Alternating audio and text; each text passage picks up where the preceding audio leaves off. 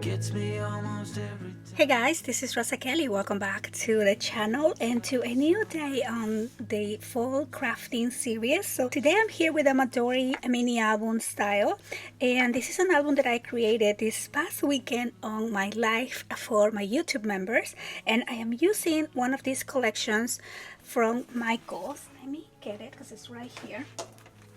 And the collection that I'm using is actually one that I picked up last year. So this is by Craftsmith, and I just love the pink tones here for this fall. But I know Michaels have something very similar right now, so you can probably use that one to create something very similar if you like these colors. I am in love with the soft pastel fall colors on this collection. Here I'm using some Prima flowers, and yeah, so kept the cover pretty simple. Here I added a layer of chipboard before I glue this down to make it kind of stand out and, you know, come out a little bit more. So when we bind this Midori style book, it's pretty similar to the binding of a journal. And so I went ahead and added buttons here. I thought that would look really cute, and it just brings so much to fall, I think. And then this paper, it's speaking to me kind of like a recipe book, so you can definitely use this as well as a recipe book. But what I want to do here is just document memories of fall. So when I created this book, we decided to do, I wanted to do like cascading pages. I wanted to be able to open the book and look at the different layers here, instead of just having everything one size like a journal.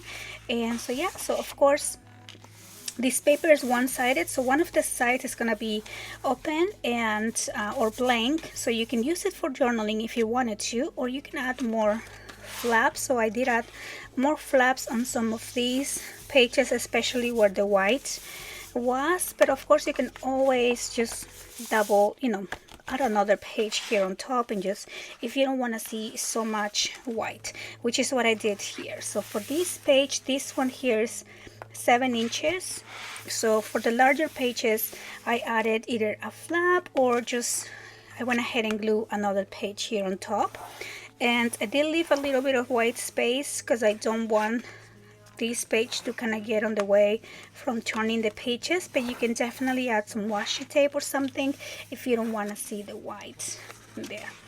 So super fun little book to create. We created the entire project in like an hour and a half, I think, from, you know, start to finish. The covers, the papers, the flowers, all the pages, the binding. So it was really fun. So thank you everyone who joined the live. Thank you to all my YouTube members and everyone who rewatches and the lives as well. So I'll link it below if you guys would like to consider joining my channel. We do a live class once a month. I also do a bonus tutorial and a technique tutorial every month as well. So here, just again, the different size of the pages, kind of like layering.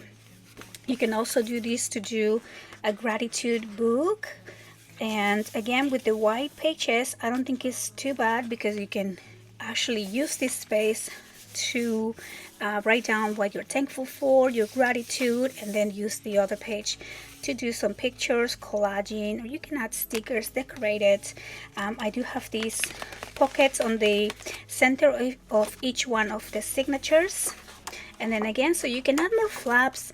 You can make it more like a mini book by adding these like flap pages. You can add pop-ups in here if you wanted to, just like a regular style book. So I'm just gonna finish up here a quick walkthrough for you. And I love how this turned out. Super easy, quick and easy little project. I did finish rounding all the corners. I didn't do that on the live, but I went ahead and just finish all of that. And I'm definitely gonna have fun decorating and adding pictures on this little book. And so I hope you guys enjoy this walkthrough. I hope that you find some inspirations on some of these projects, and I will see you again tomorrow with a new video. Bye bye.